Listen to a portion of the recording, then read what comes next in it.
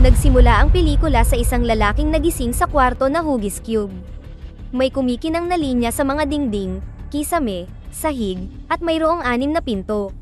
Binuksan niya ang 2 pinto at nakahanap ng silid na katulad ng kinaroroonan niya, ngunit iba ang kulay. Nagtataka, binuksan niya ang 3 pinto at pumasok sa loob. Ngunit sa sandaling nakapasok siya, nahiwa siya sa malalaking cube. Bumagsak ang kanyang katawan, at makikita ang isang aparato na may criss-crossed wire, na humiwa sa kanya. Walang kahirap-hirap itong tumiklop at pagkatapos ay nawala. Samantala, ang isa pang lalaking nagngangalang Quentin ay kumpiyansa na pumasok sa silid. Doon, nakita niya ang isang lalaking walang malay na nagngangalang Worth at sinubukang gisingin siya. Biglang bumukas ang isa sa mga pinto, at maingat na pumasok ang isang babae. Ang pangalan niya ay Holloway at napagtanto niyang si Quentin ay nakulong din tulad niya. Maya-maya, narinig nila ang isa pang babae na nagngangalang Leven na sumisigaw mula sa katabing silid. Dinala siya ni Quentin sa kanilang silid, ngunit hindi sinasadyang nabasag ang kanyang salamin. Sa sandaling iyon, isa pang matandang lalaki na nagngangalang Renz ang pumasok mula sa itaas na pinto, na nakadagdag ng higit pang misteryo sa tagpo. Nalaman natin na wala sa kanila ang may ideya kung nasaan sila, kung paano sila napunta doon, o kung bakit sila naroroon. Alam ni Quentin na may bitag sa mga silid dahil muntik na siyang maputulan ng ulo kanina. Pagkatapos ay nagpa siya ang grupo ng 5 tao na magsama-sama at hanapin ang labasan. Nanguna si Renz, ipinakita kung paano suriin ang silid kung may bitag o wala sa pamamagitan ng paghahagis ng sapatos sa mga silid habang hawak ang sintas upang makita kung may na-trigger na bitag. Sa sandaling inihagis niya ang sapatos sa loob ng isang silid, ito ay nagliyab. Pagkatapos ay mabilis niyang kinuha ang sapatos at ipinaalam sa lahat na may mga motion detector sa silid. Nagbabala siya, na ang pagpasok sa loob nito ay magti-trigger ng detector, na magre-resulta sa nakamamatay na pagkasunog. Sa pamamagitan ng paghahagis ng sapatos sa iba't ibang silid, nalalaman nila kung aling mga lugar ang ligtas at alin ang mapanganib. Samantala, pinag-iisipan ni Holloway ang iba't ibang mga posibilidad tungkol sa kung sino ang maaaring lumikha ng cube, at ang mga alien o gobyerno ang kanyang mga pangunahing teorya. Pagkaraan ng ilang sandali, ang grupo ay nakarinig ng kakaibang ingay mula sa labas, na katulad ng dagundong ng malaking elevator. Buo ang paniniwala ni Holloway na may darating para iligtas sila. Sina Quentin at Renz, sa kabilang banda, ay naniniwala na maaaring may ruta upang makalabas at iminungkahi na sumulong sa tuwid na linya. Dahil sa lahat ng pangyayari sa paligid niya, nagsimulang magpanik si Leven. Natatakot siya na lahat sila ay mamamatay sa cube na ito. Ngunit kinomfort siya ni Quentin, siniguradong makakaalis sila rito. Kasunod nito, iminungkahi ni Renz na ang pananatili ay hindi makakatulong kaya kailangan nilang sumulong sa tuwid na linya hanggang sa makarating sila sa dulo. Sumang-ayon ang iba, at sinimulan nilang mag-navigate sa mga silid. Dahil doon, muling inihagis ni Renz ang kanyang sapatos sa katabing silid at nang makitang ligtas ito, isa-isang pinapasok ang grupo sa loob. Habang lumilipat sila, nakakita sila ng magkakasunod na numero na nakalagay sa mga daan sa pagitan ng bawat silid. Nang makita ito, naisip ni Holloway na marahil ay mayroong libo-libong silid. Ipinaliwanag niya na wala silang pagkain o tubig, na nangangahulugan na maaari lamang silang mabuhay sa loob ng 3 araw. Bilang tugon, iminungkahi ni Renz ang pagsipsip sa isang butones mula sa kanyang kamiseta upang makatulong sa production ng laway at maiwasan ang pagkauhaw. Sinunod ang kanyang katalinuhan, lahat sila ay kumuha ng butones at sinimulang sipsipin ito. Habang lumilipas ang mga oras, ipinagpatuloy ng grupo ang paggamit sa sapatos at sumulong. Sa isang punto, inihagis ni Renz ang sapatos sa isa pang silid at walang nakitang babala. Gayunpaman, napansin niya ang tuyong hangin at naisip niya na ang silid ay malamang na may electrochemical sensor. Ang sensor na ito ay nakakadetect ng hydrogen sulfide na lumalabas mula sa balat ng tao. Naging mausisa si Quentin tungkol sa kadalubhasaan ni Renz, na nagudyok sa matandang lalaki na ibunyag na siya ay isang French escape artist na matagumpay na nakatakas mula sa higit sa 7 malalaking bilangguan. Di nagtagal, tumalon siya sa silid na sinubukan gamit ang sapatos, ngunit bigla siyang nawisikan ng asido sa mukha. Mabilis siyang hinila ng iba pabalik, ngunit huli na ang lahat. Sinira ng asido ang mukha at ulo ni Renz, na humantong sa masakit na kamatayan. Sa resulta ng insidenteng ito, napagtanto ng grupo na ang silid ay may electrochemical sensor na hindi napansin ng kanilang kaibigan.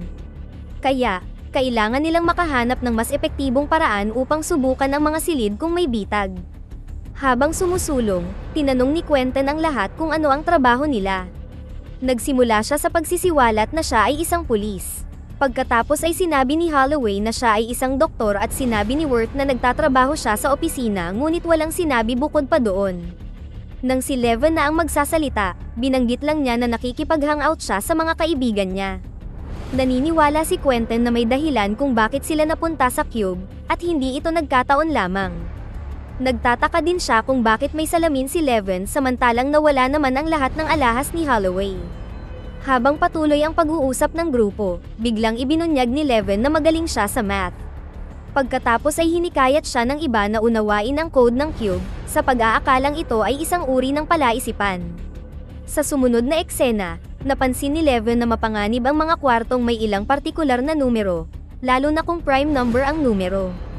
Pinatunayan niya ang kanyang teorya sa pamamagitan ng pagpapaliwanag na ang silid kung saan inatake si Renz ng asido ay may label na 149 na isang prime number. Gamit ang parehong trick, sinuri niya ang mga numero sa sumunod na silid at nakitang walang prime number, kaya dapat ay ligtas doon. Humanga sa kanyang katalinuhan, pinuri siya ng iba pang grupo. Pagkatapos ay tumalon si Leven sa silid ng walang pinsala at kinumpirmang ligtas doon. Ang grupo ay nagpatuloy ng ilang oras sa pamamagitan ng paggamit ng prime number upang gabayan sila. Sa sandaling ito, pasimpleng pinormahan ni Quentin si Leven. Nagbahagi siya ng kaunti tungkol sa kanyang personal na buhay sa pamamagitan ng pagbubunyag na mayroon siyang 3 anak at diborsyado. Sa kalaunan, ang grupo ay nakatagpo ng mga silid na may mga prime number sa bawat pinto, na nagpapahiwatig na may bitag na naghihintay. Pagkatapos ay siniyasat ni Quentin ang pinto sa kisame. Biglang nahulog mula sa itaas ang isang taong nagngangalang Kazan. Tila inuulit niya ang ilang mga salita at patuloy na hinihiling na pumunta sa asol na silid. Naisip ni Holloway na siya ay may kapansanan sa pag-iisip. Samantala, nagtataka si Leven kung paano niya nagawang nakaligtas hanggang ngayon. Nang magpasya ang grupo na ipagpatuloy ang kanilang plano na sumulong, ang ilan sa mga miyembro ay itinuring si Kazan bilang isang pabigat kaya nag-aalangan silang isama siya. Gayunpaman, dahil sa pagpupumilit ni Holloway, isinama nila siya sa grupo. Habang nag-iisip sila tungkol sa kanilang kalagayan, pinag-usapan ni Holloway at Quentin kung sino ang maaaring may pakana ng Cube. Ipinagpalagay niya na ang gobyerno ay malamang na nagtayo ng napakalaking istruktura, marahil sa isang disyerto. Samantala, naniniwala si Quentin na maaaring isang bilyonaryo ang nagtayo nito para sa libangan, ngunit natawa si Holloway sa ideyang ito at tinawanan siya. Di nagtagal, pumasok si Quentin sa silid na walang mga prime number at muntik nang mamatay dahil sa bitag na kinabibilangan ng mga umiikot na razor wire. Ang insidenteng ito ay nagpapatunay na mali ang teorya ni Leven na ligtas ang mga walang prime number. Nang maglaon, nagsimulang maghinala si Quentin na espiya si Worth dahil hindi pa siya nagsasalita mula nang magkakilala sila. Pagkatapos ay nagpahinga ang grupo habang sinusubukan ni Leven na i-decode ang mga numero. Pagkaraan ng ilang sandali, nilinlang ni Quentin si Worth upang paaminin na isa siya sa mga arkitekto na nagdisenyo ng napakalaking istrukturang hugis cube na naglalaman ng mga silid na hugis cube. Nang tanungin kung sino ang nag-hire sa kanya, inamin ni Worth na hindi niya kilala ang kanyang amo at nandito siya para lang sa pera. Dahil sa lumalaking kawalan ng tiwala ng grupo, lalo na mula kay Quentin na gumagamit ng karahasan, binigyan sila ni Worth ng mahalagang impormasyon tungkol sa sukat ng panlabas na cube na 434 na talampakan. Dahil sa datos, masasabi ni Leven na mayroong 26 na silid sa bawat panig, na may kabuoang 17,576 na silid. Pagkatapos ay iminungkahi niya na ang mga numero sa pagitan ng mga kwarto ay maaaring kumakatawan sa Cartesian coordinates, na nagpapahiwatig sa posisyon ng mga kwarto sa loob ng cube. Sa paghahayag na ito, nagpasya ang grupo na magtungo sa pinakamalapit na gilid. Patuloy silang gumagamit ng sapatos upang malaman kung may anumang panganib sa silid. Sa sumunod na eksena, nakatagpo sila ng tila ligtas na silid na katabi ng sa kanila. Ngunit nang tatawid na sila, hindi inaasahang sumigaw si Kazan, dahilan upang ma-activate ang ilang nakamamatay na bitag sa silid. Napagtanto ng grupo na ang silid ay may naka-install na sound-activated trap system na magdudulot ng panganib kapag sila ay dumaan. Iminungkahi ni Quentin na iwanan si Kazan, hindi siya makakapasok dahil sa kanyang biglaang pagsigaw. Gayunpaman, patuloy na iginiit ni Holloway na isama nila siya at nagboluntaryo pa nga na dumaan sa silid kasama si Kazan. Pagkaraan ng ilang sandali, halos lahat ay nakadaan ng ligtas, ngunit nang si Quentin na, hindi sinasadyang na-trigger ni Kazan ang bitag sa pamamagitan ng paggawa ng ingay. Ito ay naging sanhi kaya muntik nang mamatay si Quentin. Puno ng galit, inatake niya si Kazan ngunit pinigilan siya ni Holloway sa tamang oras. Ang galit ni Quentin ay ibinunton sa kanya, na nagdulot ng mainit na pagtatalo sa pagitan nila. Inakusahan siya ni Holloway na mahilig siya sa mga mas nakababatang babae, na nagpapahiwatig na maaaring ito ang dahilan kung bakit siya iniwan ng kanyang asawa. Ikinagalit ito ni Quentin kaya sinampal siya ng maraming beses. Ang dalawa ay agad na pinaghiwalay ng iba, at sa sandaling humupa ang sitwasyon, sila ay sumulong. Sa wakas, nakarating ang grupo sa isa sa pinakagilid ng cube, ngunit tumambad sa harapan nila ang malaking butas sa pagitan ng pinto at ng panlabas na istruktura. Pagkatapos ay ginamit nila ang kanilang mga damit para gumawa ng lubid, at buong tapang na nag-alok si Holloway na lumabas at tingnan ang labas. Gayunpaman, nang makarating siya sa labas sa tulong ng ginawang lubid, ang tanging nakita niya sa ibaba ay ganap na kadiliman. Pagkatapos ay sinubukan niyang umindayog patungo sa panlabas na istruktura, ngunit masyadong maikli ang lubid para maabot niya ito. Habang nakakapit sa lubid, ang cube ay biglang yumanig ng malakas, muntik na siyang mahulog sa kawalan. Sa kabutihang palad, nahawakan ni Quentin ang lubid at hinila siya pataas. Ngunit sa sumunod na segundo, sinadya niyang bitawan ang kamay nito, na humantong sa kanyang malagim na kamatayan. Kasunod ng kakilakilabot na insidente, nagsinungaling si Quentin sa grupo na dumulas at nahulog si Holloway. Ikinalungkot ito ng lahat ngunit wala silang pagpipilian kundi magpatuloy. Pagkatapos ng kaunting talakayan, napagpasyahan ng grupo na bumaba sa ilalim na gilid ng cube. Gayunpaman, bago iyon, iminungkahi ni Leven na magpahinga muna sila saglit dahil pagod na silang lahat. Sumang-ayon ang grupo at lahat sila ay humiga sa sahig. Habang natutulog sila, dinala ni Quentin si Leven sa isa pang silid.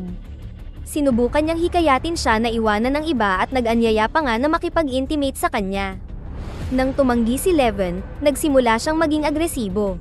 Sa kabutihang palad, nagising sina Worth at Kazan at dumating sa silid upang iligtas siya. Sa puntong ito, naging paranoid si Quentin at inamin niyang wala siyang tiwala kay Holloway. Dahil dito, naghinala ang grupo na sinadya niyang patayin siya. Galit na galit sa kanilang akusasyon, marahas na inatake at itinapon ni Quentin si Worth sa katabing silid. Doon, nakita ni Worth ang walang buhay na katawan ni Renz, na naging sanhi ng kanyang nakakabaliw na pagtawa. Napagtanto niya na paikot-ikot lang sila sa simula pa lang. Ngunit napansin din niya na wala na ang silid na may asido kung saan namatay si Renz. Dahil dito, napagtanto ng grupo na ang mga silid ay gumagalaw. Napagtanto din ni Leven na ang mga silid na may bitag na may marka ng mga numero ay hindi lamang prime, ngunit mga prime power na mas malaking hanay ng mga prime number. Naalala niya na ang coordinate number ng silid ay 27, na lumampas sa inaasahang 26, na nagsasaad na mayroong tulay na silid na magdadala sa kanila sa labasan. Sinimulan niyang kalkulahin ang posisyon nito gamit ang mga nakapaligid na numero bilang mga reference point at napagtanto na ito ay gagalaw ng 2 beses bago bumalik sa orihinal na posisyon nito. Habang pinag-iisipan nila kung paano malalaman kung may bitag, iminungkahi ni Leven na suriin ang lahat ng 9 na numero sa halip na 3 lamang at suriin ang mga prime factors upang matukoy ang kaligtasan. Siya na ngayon ang may tungkulin sa pagkalkula ng prime factorization ng 3-digit na numero para sa bawat silid na kanilang papasukin. Hinikayat siya ni Quentin na kalkulahin ang factors ng mabilis, ngunit ipinaliwanag ni Leven na masyado itong komplikado na walang computer. Sa kabutihang palad, ang tunay na kakayahan ni Kazan ay lumitaw sa tamang panahon, siya ay lumalabas na henyong autistic na mabilis na naisagawa ang kalkulasyon. Hindi inaasahang isiniwalat niya ang prime factors na 567 na hinangaan ng lahat. Pagkatapos ay ipinagpatuloy nila ang pag-verify sa mga prime factors ng silid na nagpapatunay na ligtas ito batay sa kanyang mga kalkulasyon. Upang suriin, itinapon ni Quentin ang piraso ng debris sa silid na nananatiling buo at nasiguro ang kaligtasan. Sa tulong ni Kazan, ligtas na nag-navigate ang grupo patungo sa exit. Pagkatapos ay gumawa si Worth ng plano para patayin si Quentin, na lalong naging paranoid. Nagawa niyang akitin si Quentin sa silid sa ibaba nila at iniwan siya upang harapin ang kanyang kapalaran. Pagkatapos nito, ang natitirang bahagi ng grupo ay sumulong at kalaunan ay nakarating sa silid ng tulay ng cube. Sa pagbukas ng pinto nito, tumambad sa kanila ang malaki at matingkad na ilaw na pumuno sa silid. Gayunpaman, nagpa siya si Worth na hindi lumabas, dahil naniniwala siyang walang naghihintay sa kanya sa mundo sa labas ng cube. Sa sandaling ito, muling lumitaw si Quentin mula sa likuran at kahit papaano ay naabutan sila. Kalunos-lunos niyang pinatay si Leven sa pamamagitan ng pagtusok sa likod nito ng sirang hawakan ng pinto at nasugatan si Worth ng malakas na saksak. Pagkatapos ay lumingon siya kay Kazan, na nagtatangkang umakyat sa silid. Ngunit bago pa siya maabot ni Quentin, naabot ni Worth ang kanyang paa at hinawakan ito ng mahigpit. Sa sandaling iyon, ang silid ay nagsimulang lumipat sa makitid na puwang sa pagitan nila. Bilang resulta, naipit si Quentin sa pagitan, na nagresulta sa kanyang malagim na kamatayan. Namatay din si Worth dahil sa kanyang pinsala, ngunit kahit papaano ay nailigtas niya ang buhay ni Kazan. Ang huling eksena ng pelikula ay nagpapakita ng pagdating ni Kazan sa labas ng cube at tinitingnan ng nakakasilaw na liwanag, na marahil ang pintuan ng pagtakas. Dito na nagtatapos ang ating kwento. Sana ay nagustuhan nyo. Mag-subscribe na kung hindi ka pa nakasubscribe, pindutin na rin ang notification bell at like button upang matulungan ang channel, and leave a comment down below, and as always, thank you for watching.